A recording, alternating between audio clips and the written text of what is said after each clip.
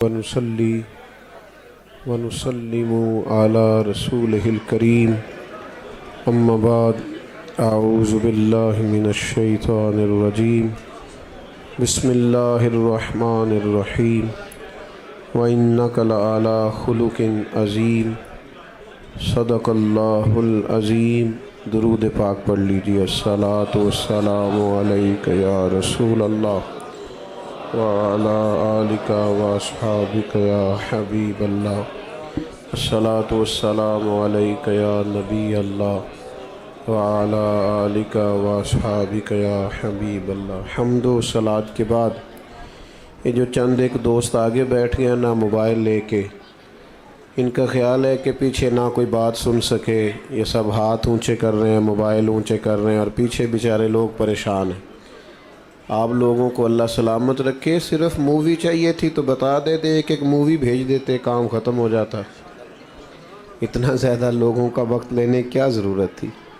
کسی شخص کا آگے بیٹھنے کا مقصود یہ نہیں ہوتا کہ وہ باقی پیچھے جتنے لوگ ہیں ان کے لیے آزمائش کا سلسلہ بنے۔ آپ جب موبائل اونچا کرتے ہیں، اللہ آپ کو سلامت رکھے، اس کو تھوڑی دیر جیب میں رکھیں، اور جو قریب بیٹھنے والے ہیں ان کی تو زیادہ توجہ چاہیے ہوتی ہے تاکہ ان سے بات ہو سکے۔ اللہ آپ کو برکتیں دے، خوش رہیں آپ ہمیشہ۔ تو یہ جو محافل ہوتی ہیں نا، ہماری تو جماعت ہی ادب والی جماعت کہلاتی ہے۔ تو اس میں جب تک آداب محفل کا ہم خیال نہیں کریں گے، روحانیت پیدا نہیں ہوگی۔ اس لیے نہایت مہربانی کریں۔ وہ دیکھیں بار بار پیچھے سے دوست اشارہ کریں، بیٹا بیٹھ جائیں اطمینان سے۔ اللہ آپ سب کو برکتیں، سلامتیاں، عزتیں عطا کرے۔ اور پھر میں کئی جگہوں پہ کہہ چکا ہوں کہ مجھ سے کہیں گنا بڑھ کر، بلکہ کوئی مثال ہی نہیں دی جا سکتی، مسجد کا ادب بہت ہی زیادہ ہے۔ اس لیے اتنی زیادہ، ویسے بھی ہم شخصیات کے نہیں نظریات کے قائل ہیں۔ لوگ تھوڑی دیر کے لیے دنیا میں آتے ہیں پھر چلے جاتے ہیں، نظریے ہمیشہ باقی رہتے ہیں۔ تو نظریاتی بنے۔ یہاں حضرت صاحب تشریف فرما ہیں، باقی حضرات ہیں، باتیں تو سنتے رہتے ہیں۔ آج میرے ذمے لگا ہے 2-4 باتیں صرف، اور بڑی تھوڑی سی بات کرنے کا میں عادی ہوں۔ بس میں چاہتا ہوں آپ کی توجہ رہے، اور میں آیا ہوں تو تب بھی میری گزارش ہے، میں جاؤں گا تب بھی میری گزارش ہے کہ زیادہ بہتر یہ ہوتا ہے ایک دو دوست صرف اپنا موبائل چلانے کے لیے سارا ماحول جو ہے اس کو پریشان کر دیتے ہیں۔ وہ لائیو رہیں، رستہ سارا رک جائے کوئی حرج نہیں، وہ لائیو رہنا چاہتے ہیں۔ اللہ آپ کو برکت عطا کرے۔ یہ تو چیزیں ضمناً آ گئی ہیں، ورنہ تو بزرگ اس سے منع کیا کرتے۔ کوئی ایسی چیزیں نہیں، اللہ تعالی ہمیں سمجھنے کی توفیق دے۔ تو ضرور استعمال کریں ضرورت کے مطابق۔ ضرورت سے زیادہ کوئی بھی کام ہوتا ہے تکلیف کا باعث بنتا ہے۔ اللہ تعالیٰ سمجھ عطا فرمائے۔ انسانی زندگی میں وقت گزارنے کے لیے بہت ساری چیزوں کی ضرورت ہوتی ہے، لیکن کچھ چیزیں ایسی ہوتی ہیں جو اتنی ضروری ہوتی ہیں کہ ان کے بغیر وقت گزرتا ہی نہیں۔ ان میں ایک اہم چیز ہے کہ انسان کا اخلاقی رویہ کیسا ہے۔ بہت زیادہ پیسے شوہر کما کے لاتا ہو، گھر بھی اس نے کشادہ بنا کے دے رکھا ہو، اللہ تبارک و تعالیٰ نے فضل کیا ہو، اور وہ خاتون صاحب اولاد بھی ہو، اور گاڑی کی سہولت بھی موجود ہو، زندگی کی ساری نعمتیں ہیں، لیکن اگر اس کا اخلاقی رویہ ٹھیک نہیں نا، تو کبھی اس اہلیہ سے، اس خاتون سے پوچھ کے دیکھیے گا، وہ بیچاری بڑی تکلیف میں ہوتی، کہتے کیا کروں ان پیسوں کا جب اسے بولنے کا ہی پتہ نہیں، اس کا لہجہ ہی ٹھیک نہیں، کیا کرنا ہے ان ساری چیزوں کو۔ اسی طرح اہلیہ سارے کام کرتی ہو، پردہ دار بھی ہو، نمازی بھی ہو، کام کاج بھی سارے کرتی ہو، لیکن اگر اس کا اخلاقی رویہ ٹھیک نہ ہو تو گھر بسانا مشکل ہو جاتا ہے۔ اس لیے اللہ تعالیٰ نے رسول اللہ صلی اللہ تعالی علیہ وسلم کے اخلاق کی تعریف فرمائی، اور اس انداز میں تعریف فرمائی کہ امت کو پتہ چلے کہ محاسن اصل میں کیا ہے۔ فرمایا وَإِنَّكَ لَعَلَىٰ خُلُقٍ عَظِيمٍ، اے محبوب بے شک آپ عظیم اخلاق پر ہیں، خلق عظیم کے مالک۔ ایک ہوتا ہے انسان کسی کو تحفوں سے مائل کرے، مختلف قسم کی چیزیں دے کے کسی کو مائل کرے، تحفہ لینے دینے سے بھی محبت بڑھتی ہے، لیکن اپنے حق میں قائل کرنا کسی لالچ کے عنوان پر، یہ دوستیاں لمبی نہیں چلتی، یہ تعلقات وسعت اختیار نہیں کرتے، کیونکہ اگر آپ نے کسی سے لالچ کی بنیاد پر دوستی لگائی ہے تو آپ یہ کیسے سمجھ سکتے ہیں کہ وہ جواب میں مخلص ہے؟ اگر آپ کا عنوان، آپ کا مزاج کسی لالچ کا ہے تو آپ کیسے توقع کرتے ہیں کہ وہ شخص اخلاص کے ساتھ آپ کے ساتھ؟ میری بات کی سمجھ آ رہی ہے؟ لالچ کے ساتھ تعلقات، آپ کسی شخص کو کچھ دے کے اگر اپنے حق میں کرنا چاہتے ہیں تو ایک دفعہ دے کے تھوڑی وہ حق میں ہوگا، روز دینا پڑتا ہے۔ یہاں تو آپ 99 دفعہ کسی کو دیں، ایک دفعہ نہ دیں تو وہ کہتا ہے تو نے تو کبھی دیا ہی نہیں، ہمیشہ دینا پڑتا ہے۔ اب اس مسئلے کا حل ہمیں نبی کریم نے بیان کر کے دیا۔ کریم فرمانے لگے تم دولت کے زور پر لوگوں کو قائل نہیں کر سکتے، ہاں اخلاق ایک ایسی نعمت ہے، اخلاق ایک ایسی دولت ہے، تمہارا رویہ، تمہارا انداز ایک ایسی دولت ہے جس کی بنیاد پر تم لوگوں کے دلوں میں گھر کر سکتے ہو۔ اب اخلاقی رویے سے کیا مراد ہوتی ہے؟ صرف میٹھا بولنا؟ وہ تو لوگ مطلب کے لیے بھی بولتے ہیں، وہ تو بعض لوگوں کی ٹریننگ ہوتی ہے، سیلز مین ہوتے ہیں، دیگر ان کی ٹریننگ ہوتی ہے، گاہک جیسا بھی آ جائے کڑوا بولنا ہی نہیں۔ صرف میٹھا بولنا تو اخلاق نہیں، میٹھا بولنا بھی اخلاق ہے، پر سچ بولنا بھی اخلاق ہے۔ تحمل، بردباری، وفاداری، حوصلہ، یہ اخلاق ہے۔ اللہ تعالیٰ نے جو دے دیا ہے اس پہ راضی ہو جانا، کسی کے پیسے دیکھ کر، مال دیکھ کر، شہرت دیکھ کر، اقتدار دیکھ کر کبھی پریشان نہ ہونا، بلکہ یہ سوچنا کہ رب کا جتنا مجھ پر کرم ہے شاید ہی کسی پر ہو۔ اپنے آپ کو ہمیشہ رب کی رضا میں راضی رکھنے والا بندہ اعلیٰ اخلاق کا مالک ہوتا ہے۔ لیکن لاکھوں کروڑوں روپے کا مالک ہو، ہرس ہوس لالچ اس کا ختم ہی نہ ہوتا ہو، تو یہ بندہ کبھی بھی با اخلاق ہو سکتا نہیں۔ اپنے رویوں سے انسان، دیکھیں سب سے زیادہ ضرورت ہوتی ہے بردباری کی انسانی وقت زندگی میں۔ کسی آدمی کا بھی مزاج دوسرے سے نہیں ملتا۔ اللہ تعالیٰ نے جس طرح ہر آدمی کو ایک ناک دی ہے، 2 آنکھیں دی ہیں، 2 کان دی ہیں، لیکن چہرہ پھر بھی کسی کا دوسرے سے نہیں ملتا۔ کہیں کوئی لوگ آپ کو ملیں گے جڑواں ہیں تو ان کے چہرے ملتے ہیں، ورنہ عموماً یہ ہے کہ اگرچہ جس چہرے پر اعضاء اتنے ہیں جتنے سب کے ہیں، لیکن کسی کا چہرہ دوسرے سے، اسی طرح مزاج بھی نہیں ملتے، مزاج بھی نہیں ملتے۔ ہم میرے والد صاحب کہا کرتے تھے نصیب بھی نہیں ملتے، وہ بھی اپنے اپنے ہوتے ہیں۔ تو آپ کا جب چہرہ نہیں ملتا، مزاج نہیں ملتا، لیکن گزارا تو کرنا نا لوگوں کے ساتھ۔ اگر ساری عادات آپ کو بہو کی پسند نہیں، داماد کی پسند نہیں، بھائی کی پسند نہیں، ساری عادات ملازم کی پسند نہیں، تو میرے عزیز کئی دفعہ ساری باتیں تو ماں باپ کی بھی پسند نہیں ہوتی۔ تو مزاج بردباری کا ہو، تحمل کا ہو، طبیعت میں ٹھہراؤ ہو۔ یہ انسان کی طبیعت میں بعض اوقات جلد بازی جب آتی ہے نا تو انسان پروقار نہیں رہتا۔ یہ ہمارے نوجوانوں کی طبیعتوں میں بہت جلدی ہوتی ہے، راتوں رات امیر ہونا چاہتے ہیں، کوئی چور دروازہ تلاش کرتے ہیں آگے جانے کا۔ آپ دیکھیں آج کل سوشل میڈیا پر مشہور ہونے کے لیے لوگ کیا کچھ کر رہے ہیں، اچھے بھلے سنجیدہ لوگ ہیں، نہیں بھی شہرت ہوگی تو کیا ہو جائے گا۔ حضرت مولا علی شیر خدا کرم اللہ تعالی وجہ الکریم فرماتے ہیں اسے مبارک ہو جسے تھوڑے لوگ جانتے ہیں۔ میں آپ کو کیسے، اللہ تعالیٰ مجھے معاف کرے کہیں کوئی ایسی بات نہ نکل جائے، کئی دفعہ استغفار کرتا ہوں اس کے حضور، لیکن جب آپ بہت معروف ہو جاتے ہیں تو آپ کی تو کوئی ذاتی زندگی نہیں رہتی، کوئی نجی زندگی نہیں، آپ تو اپنی مرضی سے کہیں آ جا ہی نہیں سکتے۔ کوئی کام دنیا کا، پہلی بات تو یہ ہے کہ ہر جگہ تو کیمرہ فٹ ہے۔ میں ایک جگہ پہ گیا 8-9 گھنٹے کا سفر کر کے، تو گرمی بھی بڑی شدید تھی اور کچھ لیٹ ہو گئے تو راستے میں رک بھی نہ پائے. تو ہم جب وہاں پہنچے تو وہ 5-6 کیمرے تو گاڑی پہ سیٹ ہوتے ہیں آپ کے, اور پھر گاڑی سے نکلے اور جہاں جہاں بھی گئے یہ 10 تصویریں, یہ اس کے ساتھ کھڑے ہو جائیں, یہ اس نے بھی کیمرہ پکڑا ہے, یہ اس نے بھی کیمرہ پکڑا ہے. آپ اپنی ٹانگ بھی سیدھی نہیں کر سکتے اگر تکلیف بھی ہو تو, جو کہ کیمرے چل رہے ہیں. جب کافی دیر گزر گئی اور وہ تصویریں ہی بناتے رہے, تصویریں ہی بنتی رہیں, تو میں نے ان سے کہا کہ 1 گلاس پانی کا مل سکتا ہے؟ ایک دوسرا نہیں مانگتا, ظاہر ہے گرمی ہے, مسافر ہوں, سفر کیا ہے, چلو پانی مل جائے. اس کے بعد پھر کیمرے چلتے رہیں. تو پھر ایسا نہیں تھا کہ لوگ اچھے نہیں تھے, لیکن وہ کیمروں کی دوڑ میں بھول ہی گیا انہیں کہ آتے ہی پہلے فوٹو ہوتی ہے کہ پہلے پانی ہوتا ہے, انہیں بھول گیا.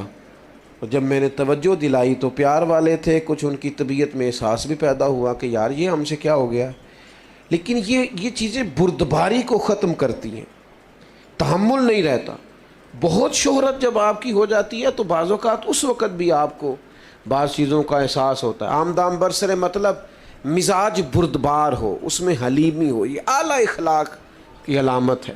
نبی پاک علیہ السلام کی حدیث سنیے, سیرت سنیے, اور ذرا چنیے کہ انداز کیا ہونا چاہیے. میں آج دیکھتا ہوں کہ عدم برداشت ہے نوجوانوں میں, تحمل نہیں, اور اپنے مزاج کے خلاف تو بات برداشت ہی نہیں کرتے. ایک دوست کہنے لگے مجھ سے غلط بات برداشت نہیں ہوتی. تو میں نے انہیں کہا کہ جو بات صحیح ہوتی ہے وہ تو برداشت کرنی بھی نہیں پڑتی, وہ تو ہوتی صحیح ہے. نہیں سمجھ آئی بات کو آپ؟ مجھ سے غلط بات برداشت, تو اس کا مطلب ہے صحیح بات کو بھی برداشت کرنا پڑتا ہے. وہ تو برداشت کرنی نہیں پڑتی, وہ تو ہوتی ٹھیک ہے.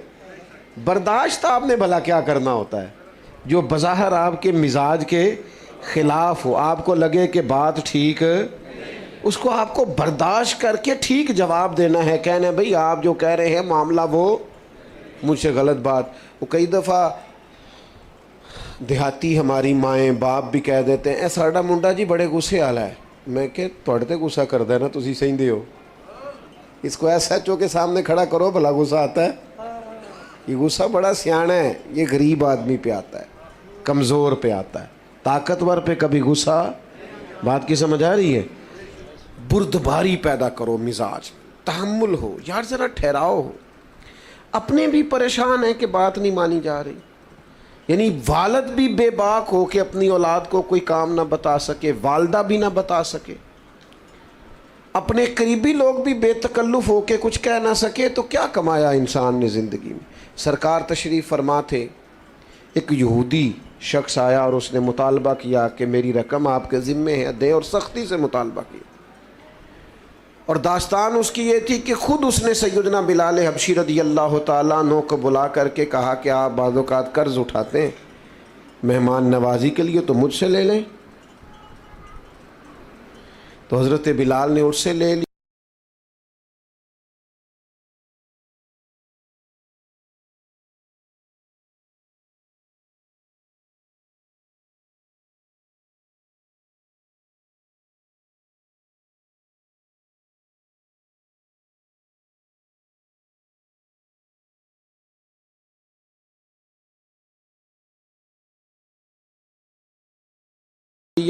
صرف سمجھانے کے لیے, بلا مثال و بلا تشبیہ بات عرض کروں.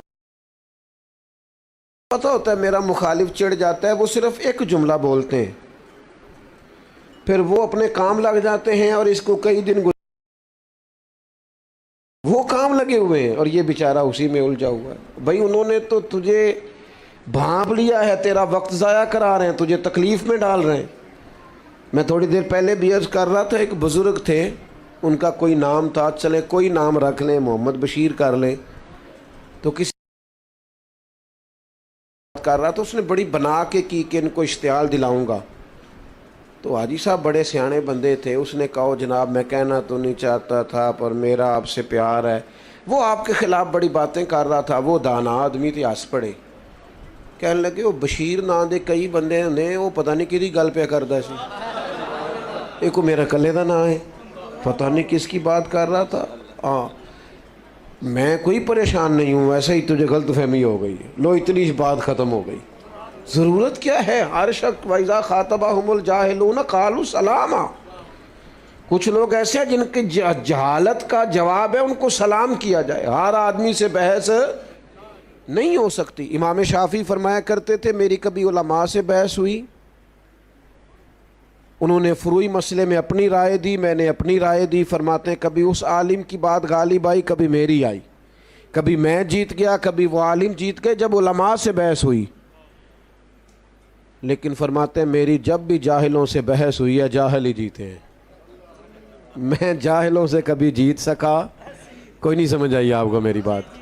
جاہلوں سے میں جیت سکا. جو بندہ ہی جاہل ہے اس کے سامنے آپ دلیل کیا دیں گے جب وہ جاہل ہے بیچارہ؟ تو سمجھ لیں اس بات کو. اس نے آ کے حضور سے سختی سے مطالبہ کیا. کریم نے فرمایا ابھی تو وقت ہے. اس نے اور سختی کی. یہ کمال ہوتا ہے انسانی زندگی کا. اللہ کے حبیب مسکرائے. حضرت عمر فاروق رضی اللہ تعالیٰ عنہ ساتھ تھے، تلوار نکال لی. حضور فرمانے لگے عمر کیوں جلدی کرتا ہے؟ انہوں نے رقم لینی ہے، وہ مطالبہ کر سکتے ہیں، تو انہیں کہہ ذرا نرمی سے مطالبہ کرے اور مجھے کہہ کہ وقت پہ دے دیں. پھر فرمایا ساتھ لے جائیں. جناب عمر سے کہا فلاں جگہ کھجوریں پڑی ہیں، جتنے پیسے ہم نے ان کے دینے ہیں وہ انہیں دے دیں. اور فرمایا یہ جو تم نے تلوار نکالی ہے نا، انہیں ڈرایا ہے، اس کے بدلے تھوڑی کھجوریں زیادہ بھی دے دیجئے، تھوڑی زیادہ کھجوریں بھی دیں. میں نے پیسے دیے. اب میں جب دے رہا تھا پیسوں کے عوض کھجوریں اور تھوڑی زیادہ دے رہا تھا تو وہ یہودی مجھ سے بات کرنے لگے، کہنے لگے عمر بات تو سن. تو مجھے تو غصہ تھا، میں توجہ ہی نہیں کر رہا تھا.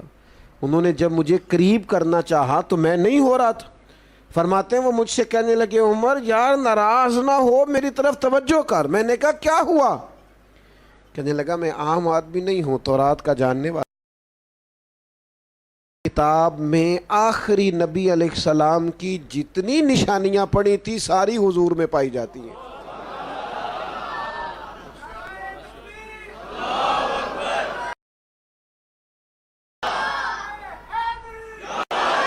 اور ان نشانیوں میں ایک نشانی یہ تھی کہ جیسے جیسے کوئی ان کے ساتھ جہالت کرے گا ان کا حلم بڑھتا جائے گا، بردباری میں اضافہ ہوگا، ان کا حوصلہ بڑھتا جائے گا. میں نے جان بوجھ کے ادھار دیا تھا، میں نے جان بوجھ کر پہلے مطالبہ کیا تھا، اور میں نے سخت بات بھی معاذ اللہ جان بوجھ کے کی تھی. لیکن عمر آج وہ نشانی بھی پوری ہو گئی. اتنا حوصلہ میں نے سمندروں میں بھی نہیں دیکھا جتنا مدینے والے محبوب کو نصیب. لہٰذا مہربانی کریں مجھے ساتھ لے جائیں، مجھے معافی بھی لے کے دے دیں اور محبوب کریم کا کلمہ پڑھوا کے مجھے مسلمان بھی کرا دیں. تھوڑی سی بردباری، وزاداری، طبیعت میں ٹھہراؤ. اور یہ جو لوگ بیچارے بہت بے حوصلہ ہوتے ہیں نا، یہ قوت فیصلہ سے محروم ہو جاتے ہیں. ہر روز پچھتاتے ہیں، ہر روز شرمندگی محسوس کرتے ہیں، اس لیے کہ ہر فیصلہ ہی جلد بازی میں کرتے ہیں. ہر کام کے اندر ہی بعض اوقات کمزوری رہ جاتی ہے چونکہ بردبار نہیں ہوتے. ہر روز انہیں اپنی باتوں کی وضاحت دینا پڑتی ہے. کوشش کریں زندگی میں بردباری اپنائیں، تحمل ہو، ٹھہراؤ، ذرا سنیں. میں کئی دفعہ محبت کے ساتھ کہتا ہوں کہ میاں بیوی کی لڑائی میں زیادہ غلطی میاں صاحب کی ہوتی ہے. نہ گھوریں آپ مجھے، میں نے ٹھیک کہا ہے، آپ زیادہ گھور رہے ہیں، اس سے کم گھور لیں، گزارا ہو جائے گا. وہ اس لیے کہ سب کا ماننا ہے نا کہ عورت بیچاری کی عقل کمزور ہے، تو میاں صاحب کی تو پوری ہے نا. تو گھر کے مسئلے انہوں نے سلجھانے تھے، یہ تو برابری پہ اتر آئے بحث کرنے پر. یہ تو ہر بات میں کہتے ہیں میں جیت کے چھوڑوں گا. تو بھائی اب تو پھر تجھے ہی کہنا پڑے گا کہ غلطی تیری ہے، کیونکہ تو اگر عقل مند زیادہ ہے تو تجھے بردبار بھی زیادہ ہونا چاہیے تھا، تحمل مزاج بھی زیادہ ہونے چاہیے تھا، تیری طبیعت کے اندر ٹھہراؤ بھی. مجھے اچھی طرح یاد ہے ہمارے ایک بزرگ تھے، تو ایک دفعہ ان کے کوئی جاننے والے ان کے پاس سے گزرے، تو حضرت سائیکل پہ تھے. تو اس بندے کو دیکھ کے حضرت سائیکل سے اتر گئے, سلام لی, لیکن اس نے نا جاتے جاتے کہا وعلیکم السلام اور گزر گئے. میرا خیال ہے میرے ساتھ کوئی ایسا کرتا تو میں 2 ہفتے اس کا تکبر بیان کرتا, معاذ اللہ, بڑا غرور ہے جی, تمیز ہی کوئی نہیں, میں روکا ہوں ملا ہی نہیں. لیکن اللہ والوں کی سوچیں اور ہوتی ہیں. بندے نے سلام کا جواب صحیح طریقے سے نہیں دیا, گزر گیا. تو تشریف لائے کلاس میں, تو آ کے فرمانے لگے یار ان کے لیے دعا کرنا, آج مجھے کوئی پریشان سے لگے. بندہ بڑا سیانہ ہے, آج لگا ہے کوئی تکلیف تھی, کسی ذہنی پریشانی کا شکار تھے, ورنہ اس طرح کا شخص سارے ہاتھ اٹھا کے دعا کرو, اگر ان کو کوئی پریشانی ہے تو اللہ انہیں سکون عطا کر دے. ہم نے پوچھا کیا ہوا, تو فرمانے لگے میں تو اترا ہوں ان سے ملنے کو, لیکن وہ وعلیکم کہہ کے تیزی سے گزر گئے ہیں, تو کوئی خاص تکلیف میں ہوں گے, کچھ تو مجبوریاں رہی ہوں گی, یوں ہی کوئی بے وفا نہیں ہوتا, کوئی تکلیف محسوس ہوتی ہے, اس لیے ایسا ہوا ہے.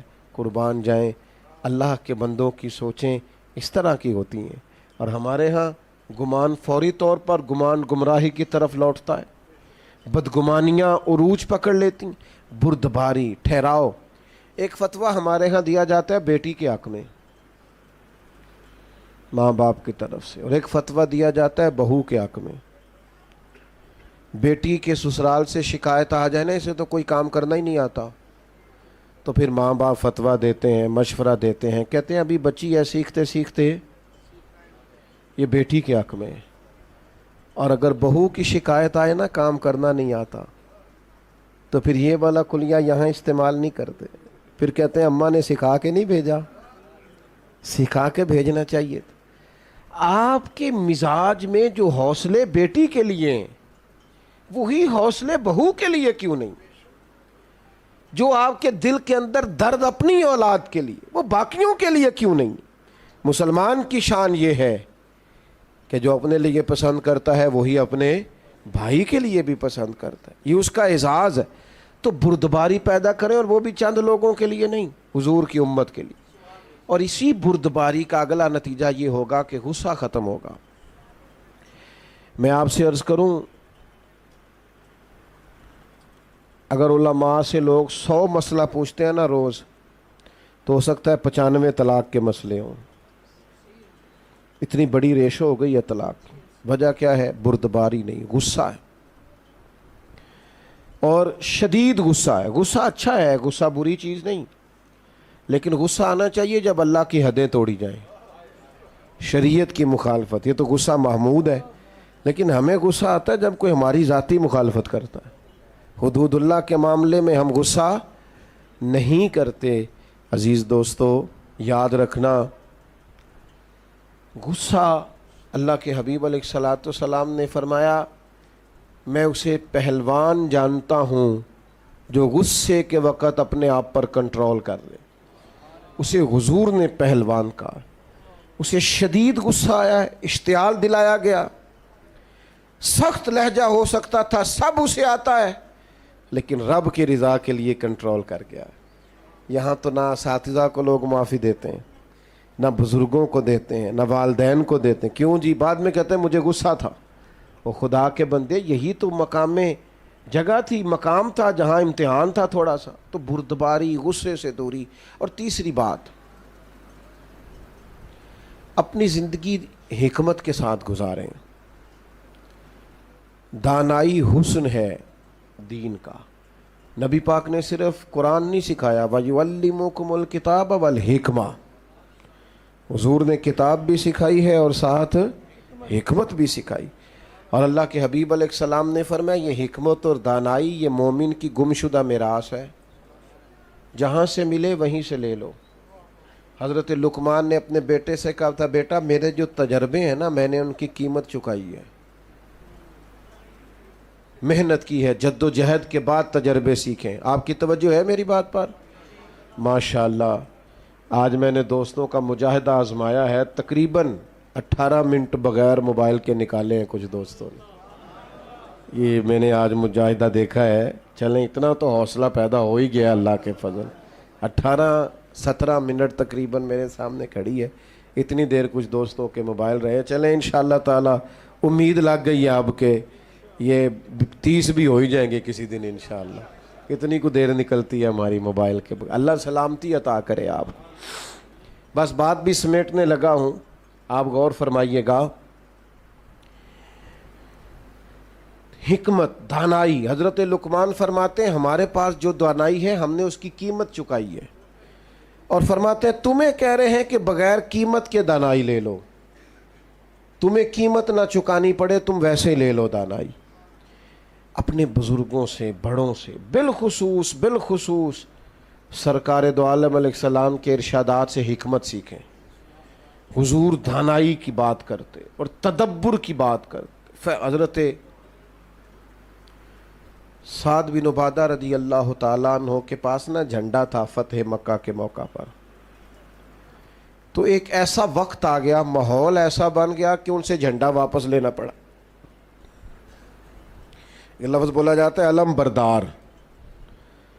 تو غزوات کے اندر, جنگوں کے اندر کسی کے ہاتھ میں, جس کے ہاتھ میں جھنڈا ہوتا تھا, جو علم بردار ہوتا تھا, ایک اہم پوسٹ پر ہوتا تھا, آگے آگے چلتا تھا.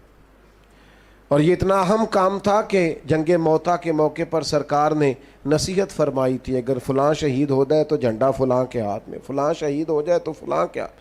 یہ اہم کام تھا. تو حضرت سعد بن عبادہ رضی اللہ تعالیٰ عنہ کے پاس جھنڈا تھا. اب کچھ حالات ایسے بن گئے کہ تقاضا حکمت کا یہ تھا کہ جھنڈا ان سے لیا جائے. مطالبہ ہو رہا ہے, لیکن خدمات بڑی ہیں, عظمت بڑی ہے, شان بڑی, بہت بڑے آدمی ہیں, اور کوئی ایسی بات بھی نہیں کہ ضرور ان سے لیا جائے, پر حکمت کا تقاضا ہے کہ لے لیا جائے. اب کیا کیا جائے, کیسے جھنڈا مانگا جائے؟ تو چند لوگوں نے مطالبہ کیا کہ آپ یوں کریں, ان سے جھنڈا واپس لیں. اب یہ میرے رسول کریم کا طریقہ دیکھو. حضور نے فرمایا کوئی مسئلہ نہیں, جھنڈا لے لیتے ہیں ساتھ سے. اللہ کے حبیب نے جناب سعد بن عبادہ سے جھنڈا لے کے انہی کے بیٹے کو دے دیا. فرمایا آپ کے بیٹے اب جھنڈا لیں گے. دنیا میں اس وقت بندہ زیادہ جوان ہو جاتا ہے جب وہ سمجھتا ہے میرے کام تو میرے پتر نے سنبھال لیے. تو موج بن گئی ہے, اب تو یہ وہ سیٹ پہ آ گیا ہے, کمال ہو گئی, خیر صلی ہے اب تو بجائے اس کے کہ حضرت سعد بن عبادہ پریشان ہوتے کہ مجھ سے لے لیا ہے, وہ پہلے سے بھی زیادہ راضی ہو گئے.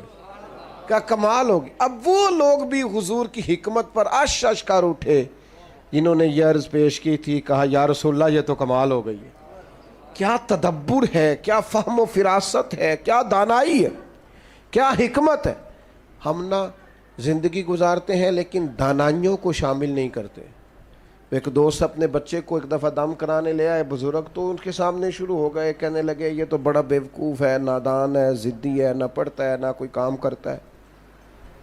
تو میں نے ان سے کہا آپ تو بڑے سخت اس کے بارے میں رائے رکھتے ہیں. کہنے لگے باقی بھائی ٹھیک ہے, یہ پتہ نہیں بچہ کس پہ چلا گیا.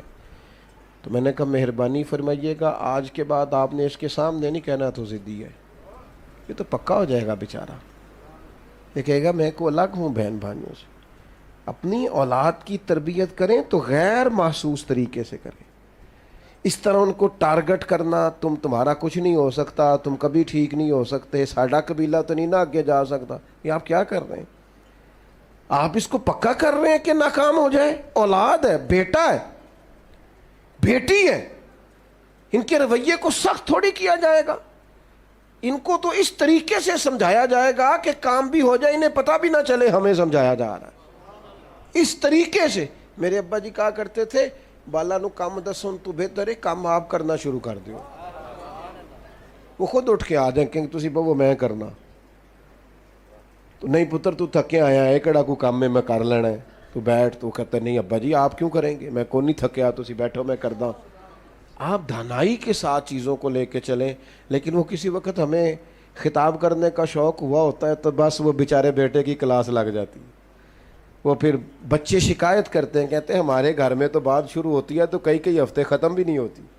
وہ ابا جی باہر بھی کسی کا غصہ ہو تو گھیر گھار کے گھر لے آتے, پھر ناراض ہو رہے ہو میرے نال, تھوڑے تھوڑے گھورتے ہیں آپ اور دائیں بائیں دیکھتے ہیں. مسجد میں بیٹھا ہوں, کسی بیٹے نے شکایت نہیں لگائی. میں تو اوورال آپ کو بات سمجھا رہا ہوں، خدا را یہ ہمارے بچے ہیں، ان پھولوں کو ہم نے سجانا ہے۔ اگر کوئی جڑی بوٹی ہو گائے نا تو اچھا کسان وہ ہوتا ہے جو دوائی ٹائم پہ لگائے، جو کھاد ٹائم پہ ڈالے، شکوہ نہ کرے، ضد نہ کرے۔ تو میرے عزیز، ایک تو مزاج میں بردباری لائیں، یہ اخلاق کا اعلیٰ نمونہ۔ غصے سے اپنے آپ کو بچائیں، ہر بات میں غصے ہو جانا کوئی عقل مندی ہے۔ اور تیسری گزارش آپ کی خدمت میں یہ کی ہے کہ کوشش فرمائیں کہ کوئی کام بھی بغیر دانائی کے نہ ہو۔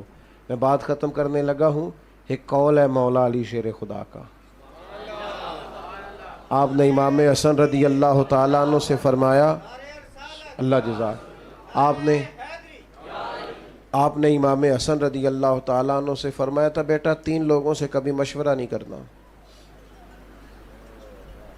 حضور کس سے؟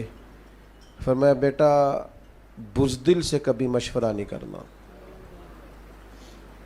اس لیے کہ جو بندہ بزدل ہے تمہیں کبھی بہادری کا سبق نہیں دے سکتا۔ اور دوسرا آپ نے ارشاد فرمایا تھا کہ بیٹا بخیل سے کبھی مشورہ نہیں کرنا، بخیل سے کبھی مشورہ، کنجوس ہے نا، فرمایا اس سے کبھی مشورہ نہ کرنا، اس لیے کہ جس کا دل بڑا نہیں نہ ہوتا اس کا دماغ کیسے بڑا ہو سکتا ہے۔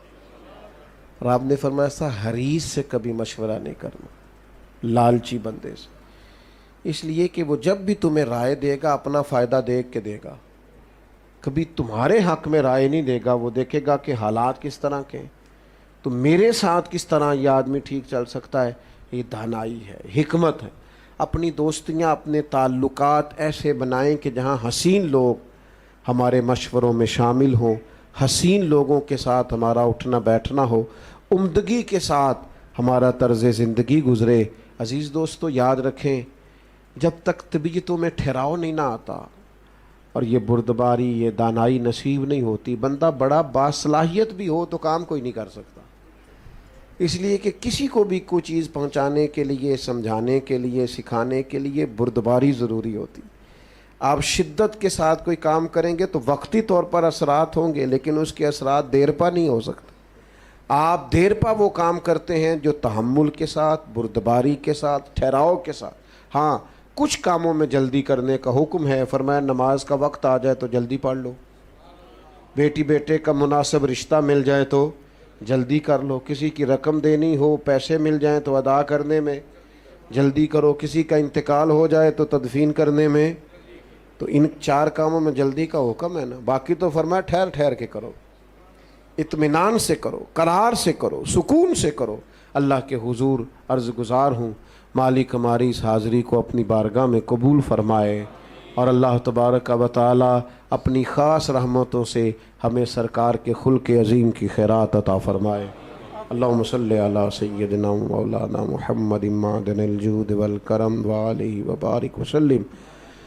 اللہ جن دوستوں نے یہ اہتمام کیا ہے انہیں بہترین صلہ عطا فرما، دور دراز سے یا قرب و جوار سے جتنے لوگ یہاں حاضر ہوئے ہیں ہم سب کا حاضر ہونا قبول فرما، ہمارے گناہوں کو معاف فرما، ہماری غلطیوں سے درگزر فرما، علم نافع عطا فرما، عمل صالح عطا فرما، سجدوں کا ذوق عطا فرما، عبادتوں کا شوق عطا فرما، امت کے حق میں رحمت والے فیصلے فرما، بالخصوص فلسطین کے مجبور مسلمانوں کی مدد فرما، غیبی خزانوں سے مدد فرما، امت کے حکمرانوں کو شعور عطا فرما، ہمت عطا فرما، دنیا ہو یا آخرت ہو ہماری پردہ پوشی فرما، حضرت کو، اس مسجد کو، معاونین کو، سب کو بہترین جزا عطا فرما۔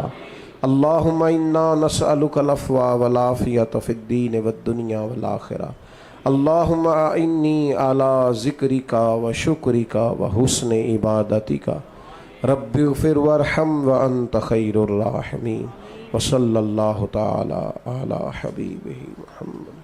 آپ مہربانی کریں گے، مسجد کا بڑا ادب ہے، اجازت دیں گے۔ اللہ جزاک۔ تمام دوست راستہ آسان کر دیجئے، حضرت کے لیے مشکل نہ ہو۔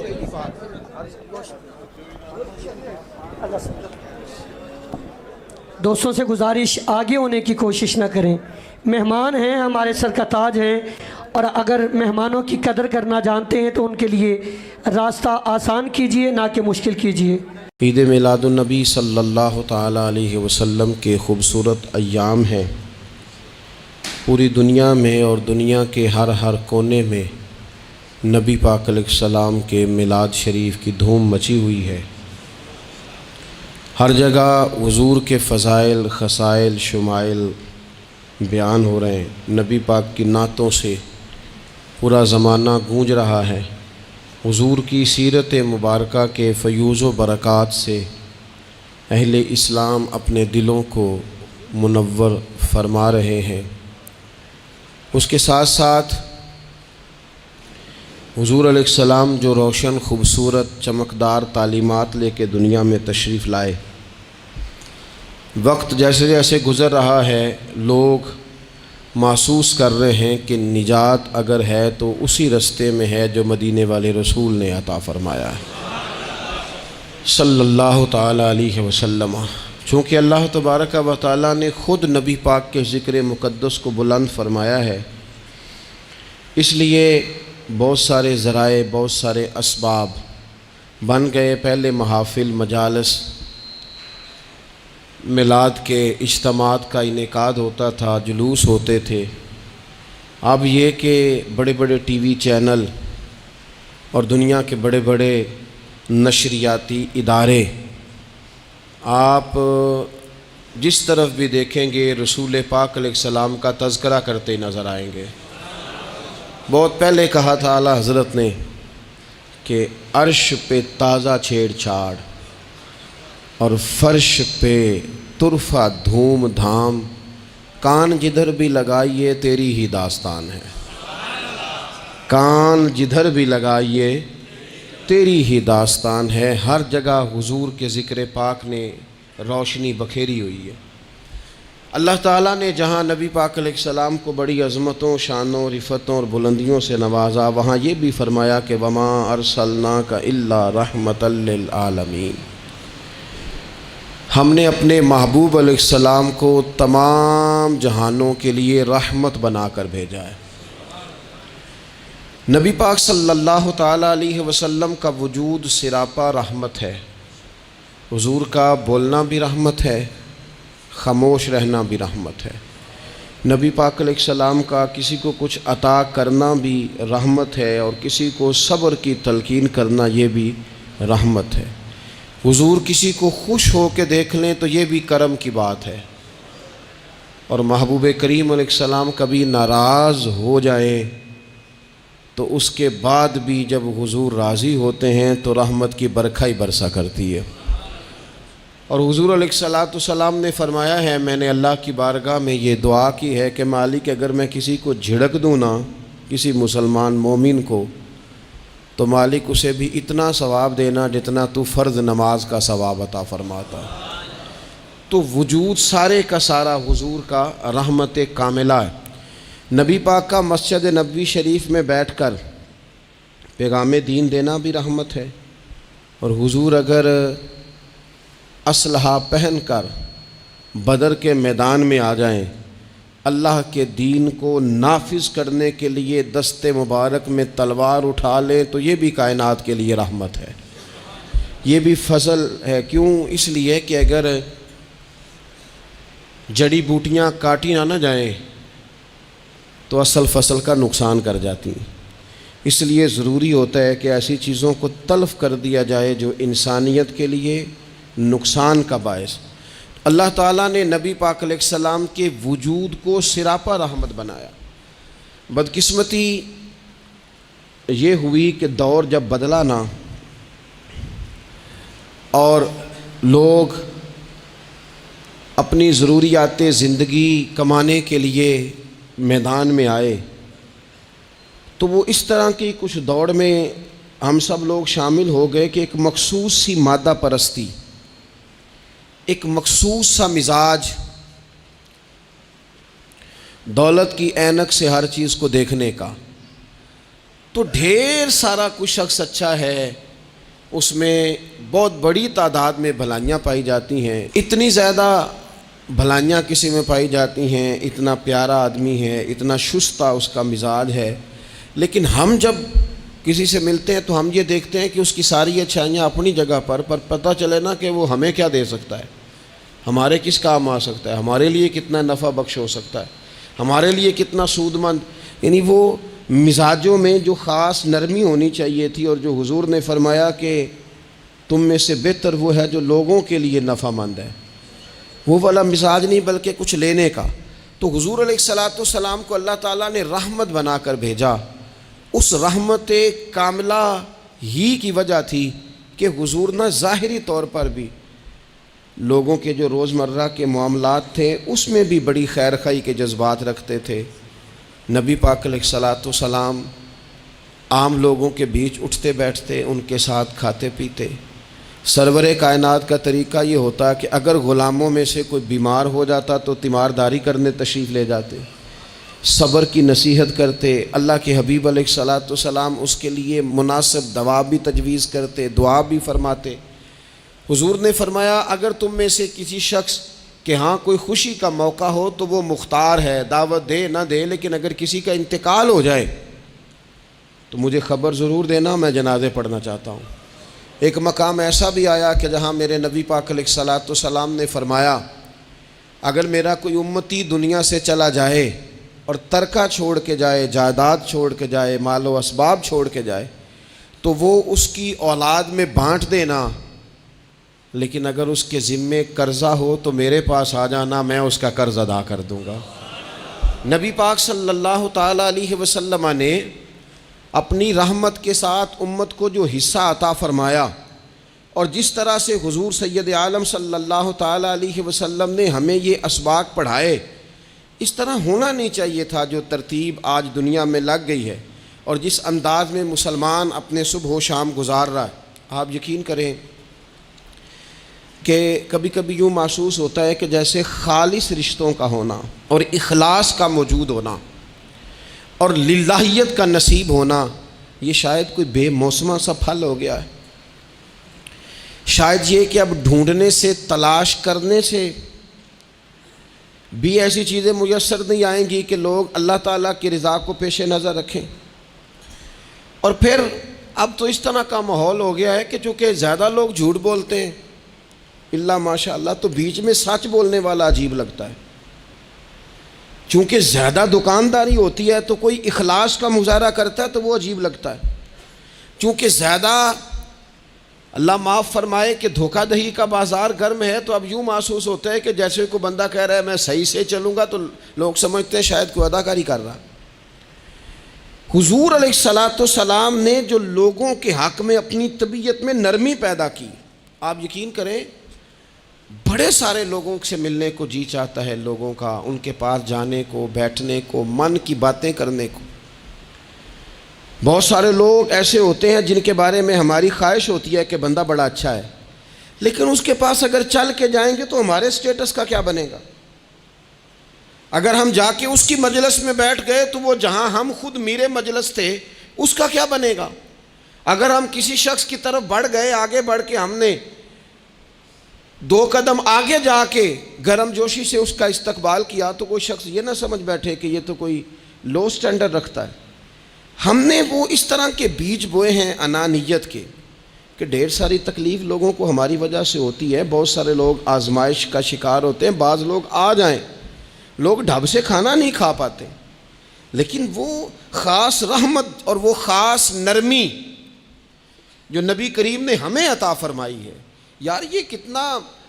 میں آپ کو ذاتی بات بتاتا ہوں، اپنے مخالف کو، گالی دینے والے کو، زندگی کے کسی کونے میں برا کہنے والے کو معاف کرنا بڑا مشکل کام ہے. کسی شخص نے 30 سال پہلے بھی کبھی آپ کو کوئی سخت لفظ کہا ہو تو وہ بندہ سامنے آئے تو بات یاد آ جاتی ہے، یار اس نے یہ کہا تھا. باتیں کھٹکتی ہیں. کسی مقام پر کھڑے ہو کر کسی جگہ پر کسی بندے نے آپ کو تکلیف دی ہو، بندہ اس جگہ پہ آئے تو وہ چیز کھٹکتی ہے. لیکن یہ اعزاز صرف رحمت للعالمین محبوب کا ہے کہ حضور کے سامنے جب وہ لوگ پیش ہوئے حضرت وحشی جیسے کہ جنہوں نے پورا وجود کاٹ دیا تھا حضرت امیر حمزہ کا اور کان ناک آنکھیں نکال دی تھی، انہوں نے آ کے عرض کی حضور ہمارے جیسے گناہ گار بھی آئیں تو معافی ہو جاتی ہے. فرمایا ہو جاتی ہے تو پڑھ کلمہ ہم فوراً ہی معاف کر دیں گے. اور جو فتح مکہ کے موقع پر نبی پاک علیہ الصلوۃ والسلام نے فرمایا ہے نا، فتح مکہ کے موقع پر، وہ تو بات ہی بڑی انوکھی ہے. انہوں نے کہا تھا آپ ہم سے کیا سلوک کرنے والے ہیں؟ تو فرمایا سلوک کیا کرنا ہے؟ جو پیچھے ہو چکا ہے نا اس کا ذکر بھی نہیں کرنا، کتاب کے پچھلے صفحے پلٹنے ہی نہیں، یاد ماضی یہ عنوان چھیڑنا ہی نہیں. جو ہو گیا سو ہو گیا. یہ خاص رحمت کاملہ اللہ تعالیٰ نے اگر عطا فرمائی ہے تو میرے اور آپ کے پیارے رسول ہی کو عطا فرمائی ہے. یہ خاص جذبات اور یہ خاص کیفیات حضور نا، دیکھو ماں باپ جو ہوتے ہیں نا اولاد کے حق میں بڑے شفیق ہوتے ہیں. میں بڑی ذمہ داری سے بات کرنے لگا ہوں. ماں باپ کے ساتھ اگر کوئی سب سے بڑھ کے زیادتی کرتا ہے تو کرتی بھی اولاد ہی ہے. بڑا کچھ کر جاتے ہیں بچے، بعض ایسی باتیں بھی کر جاتے ہیں کہ جو ان سے نہیں کرنی چاہیے. لیکن کہو نا والد صاحب سے کنارہ کر دیں بچے سے، جس کے 9 بیٹے بھی ہیں اسے بھی کہو نا کہ تو کر ذرا کنارہ کر کے دکھا. نہیں کر سکتا. وہ شفقت پدری جو رب نے اس کے سینے میں رکھ دیا وہ کیسے نکالے گا؟ 20 دفعہ غصہ آیا تو اس نے پلان کیا کہ آج کے بعد نہیں، ختم. اب میں نے بتانا ہے اس کو کہ کس طرح کوئی کسی کے ساتھ زیادتی کرتا ہے، لیکن 1 گھنٹہ بھی نہیں تیرا گزرا، کیونکہ شفقت پدری ہے. خدا را یہ میرا اور آپ کا سب کا معاملہ، اس کو سمجھیے گا. شفقت پدری اگر مرشد ہو نا، کبھی مرشد کریم، تو پرخشیں اڑا دینے والوں کو بھی سینے سے لگانے کا حوصلہ رکھتا ہے، چونکہ وہ شیخ جو ہے اس کا دل جو بڑا ہے. کئی دفعہ سارا سینہ چھلنی ہوتا ہے پر اس سینے چھلنی کرنے والوں کو بھی سینے سے لگانا پڑتا ہے. اس لیے کہ دل دریا سمندروں ڈونگے کون دلاں دیاں جانے، 14 طبق دلے دے اندر تے تمبو وانگوں تانے. مشکل کام ہے استاد صاحب. وہ مطلب ہم نے یہ دیکھا ہے کہ بچے کو اٹھانے کے لیے والد آ گئے کہ نہیں جی نہیں ہم نے نہیں پڑھانا، تو استاد صاحب کہنے نے او میں بڑی محنت کی تھی جی ہم تے چل گیا ہے 6 مہینے ویکھو تے صحیح، میں نے بڑی مشقت کی ہے، یہ راہ میں نہ اسے لے جاؤ. میں نے تو کئی ناشتے نہیں کیے کہ کلاس میں پہنچنا تھا. کئی دفعہ میں نے کھانا چھوڑ دیا کہ مجھے دیر ہو گئی تھی. نہ لے کے نہ جاؤ، میری مشقت ہے. یہ میں آپ کو وہ والی مثالیں دے رہا ہوں جو صرف میرے اور آپ کے عقل کے قریب ہیں. جب تیری 20 غلطیوں سمیت تیرا والد، تیری ماں، تیرے مرشد، تیرے استاد، تیرے بزرگ، تیرا بڑا بھائی تجھے قبول کر لیتے ہیں نا، تو بس سمجھ لے یہ جتنا بھی پیار کرتے ہیں یہ سارا ایک قطرہ ہے، اور محبوب جو محبت کرتے ہیں اس میں سارے دریا سما جایا کرتے ہیں. رسول پاک جو پیار کرتے ہیں نا، نبی کریم جو محبت کرتے ہیں، حضور، اور حضور کو سب سے زیادہ غم کیا رہتا تھا؟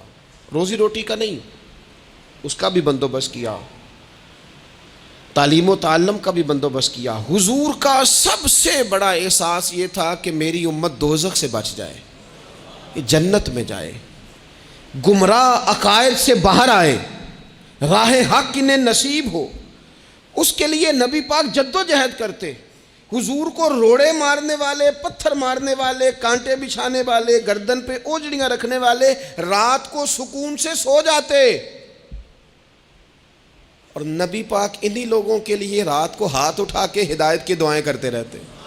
وہ روڑے مار کے سو گئے جا کے، اور جس نے روڑے مارے ہیں وہ نبیوں میں رحمت لقب پانے والا، مرادیں غریبوں کی بر لانے والا.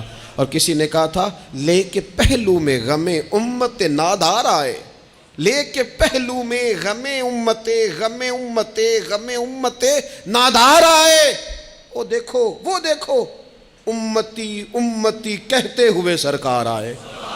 وہ دیکھو نا، امتی امتی کہتے ہوئے لے کے پہلو میں غم امت نادار آئے. حضور کے پہلو میں غم ہے امت. یا اللہ مہربانی فرما، یا اللہ مہربانی فرما. اور صبح قیامت بھی ہم سب لوگ نا لائق لوگوں سے اپنا تعلق بناتے ہیں. میں نے دیکھا ہے کہ ساری زندگی کا رشتہ ہے. وہ کسی نے کہا تھا کہ کوئی بندہ مجھے ایسا چاہیے کہ میں اس سے جھوٹ بھی بولوں تو وہ مجھ سے سچ بولے. کچھ لوگ ایسے چاہیے ہوتے ہیں نا زندگی میں کہ وہ توأن و کرہن ساتھ ہی رہیں، لیکن یہ ہوتا نہیں، مشکل کام ہے. لوگ کہتے ہیں اگر لائق ہے تو میرا ہے، نالائق ہے تو پھر میرا.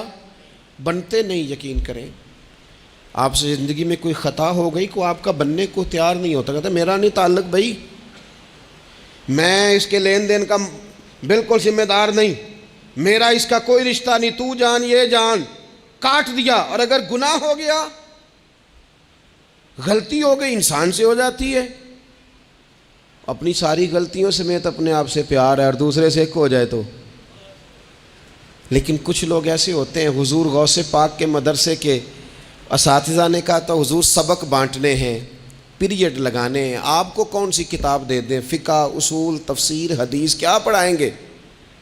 تو آپ فرمانے لگے نہیں تو مجھے سبق نہ کوئی دو، تم اس طرح کی تقسیم کرو کہ لائق بچے سارے تم رکھ لو، نالائق سارے مجھے دے دو. حضور علیہ السلام نے فرمایا قیامت کے دن جو بڑے بڑے گناہ گار ہوں گے نا، بڑے بڑے، وہ میری چادر کے نیچے چھپے ہوئے ہوں گے. چور حاکم سے چھپا کرتے ہیں یا اس کے سوا، تیرے دامن میں چھپے چور انوکھا تیرا. اور حضور ہمارے وکیل نہیں، حضور ہمارے شفیع ہیں. حضور ہماری وکالت نہیں کریں گے، حضور ہماری شفاعت کریں گے.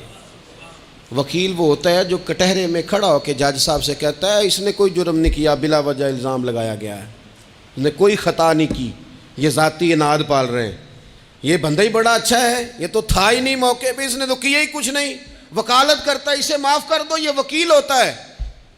اور شفیع وہ ہوتا ہے جو کہتا ہے اس نے سارا کچھ ہی کیا ہے پر میں جو آ گیا ہوں، سارے جرم اس نے کیے ہیں پر میں آ گیا ہوں نا، میرا آنا دیکھا جائے اور اسے معاف کر.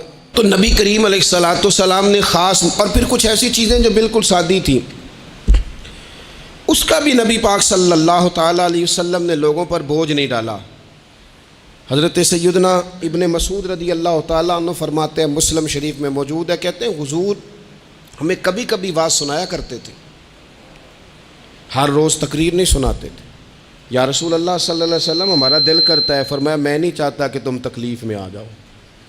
حضور فرماتے ہیں میں لمبی نماز پڑھانا چاہتا ہوں، پیچھے سے کوئی بچہ رو پڑتا ہے، میں اللہ کی نماز مختصر کر دیتا ہوں. نبی پاک صلی اللہ تعالیٰ علیہ وآلہ وسلم کی عادت مبارکہ تھی، حضور سواری پہ چل رہے ہوتے تھے تو کوئی غلام ساتھ چلنا چاہتا تھا تو فرماتے تھے میرے ساتھ آ کے سواری پہ بیٹھ جا. یا رسول اللہ میں آپ کے ساتھ نہیں بیٹھ سکتا، میں تقاضا ادب ہے کہ میں آپ کے ساتھ نہ بیٹھوں. تو حضور فرماتے پھر واپس چلا جا، میری طبیعت گوارا نہیں کرتی کہ میں سواری پہ چلوں اور میرے ساتھ جو لوگ ہیں وہ پیدل سفر کریں. احساسات، جذبات، محبوب کریم کو اللہ تبارک و تعالیٰ نے جو دل عطا کیا. آپ دیکھیں چھوٹے چھوٹے بچوں، وہ ہمارے ہاں نا جی بزرگ ناراض نہ مجھ سے ہو جائیں، ہمارے ہاں بزرگ بعضوں کا شکوہ کرتے ہیں، کہتے ہو کاکا ادھر آئے نا تو میرے نہ سلام نہیں لئی. بھئی آپ لے لیتے سلام، یہ کچھ جھگڑے والی بات ہے؟ آپ سلام کر دیں.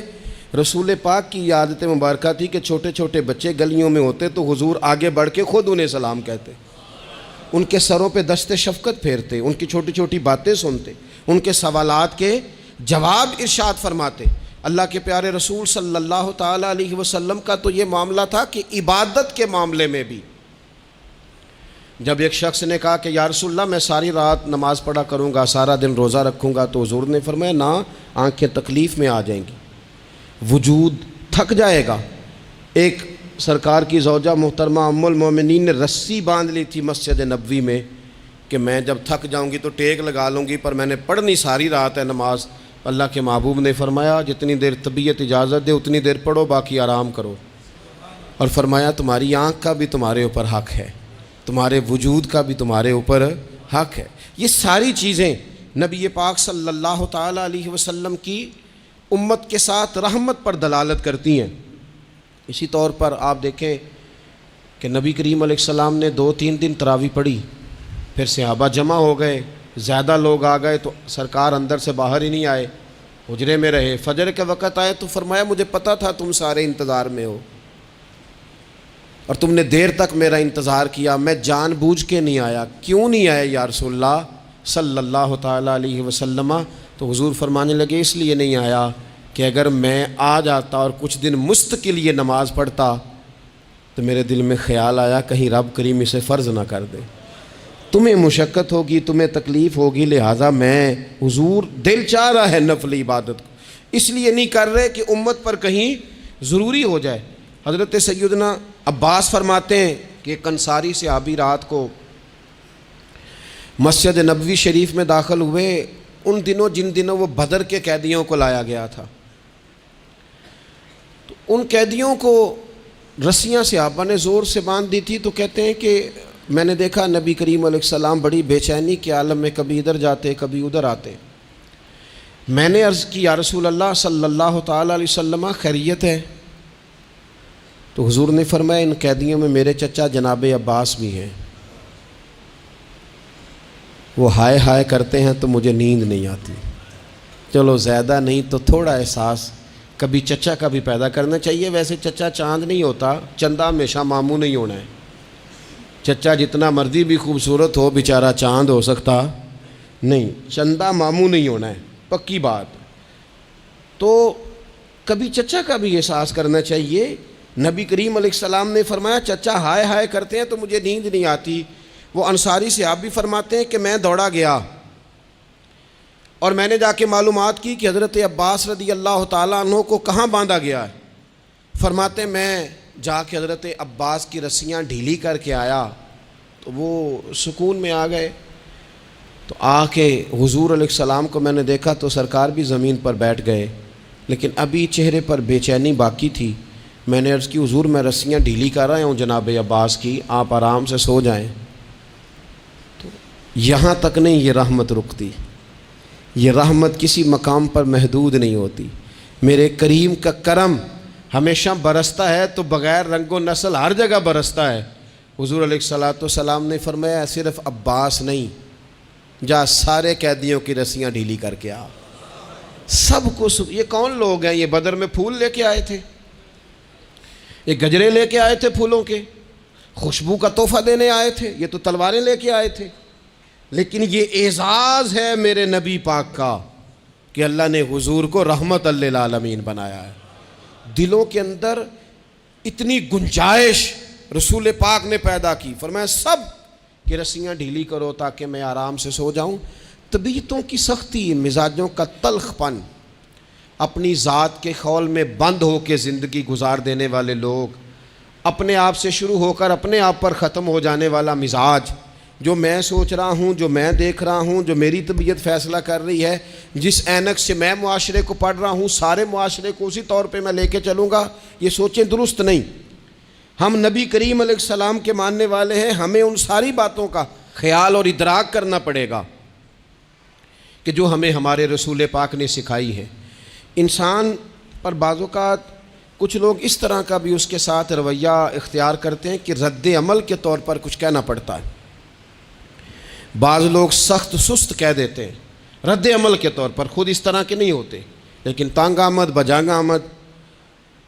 تو ایک دفعہ جب بڑی سخت تکلیف دی کفار نے تو صحابہ نے عرض کی یا رسول اللہ ان کے لیے دعا کریں یہ تباہ ہو جائیں۔ تو محبوب نے خود ان لفظوں کے ساتھ جواب دیا، فرمایا اللہ نے مجھے لعنت ملامت والا نہیں بنا کے بھیجا، مجھے رحمت للعالمین بنا کے بھیجا۔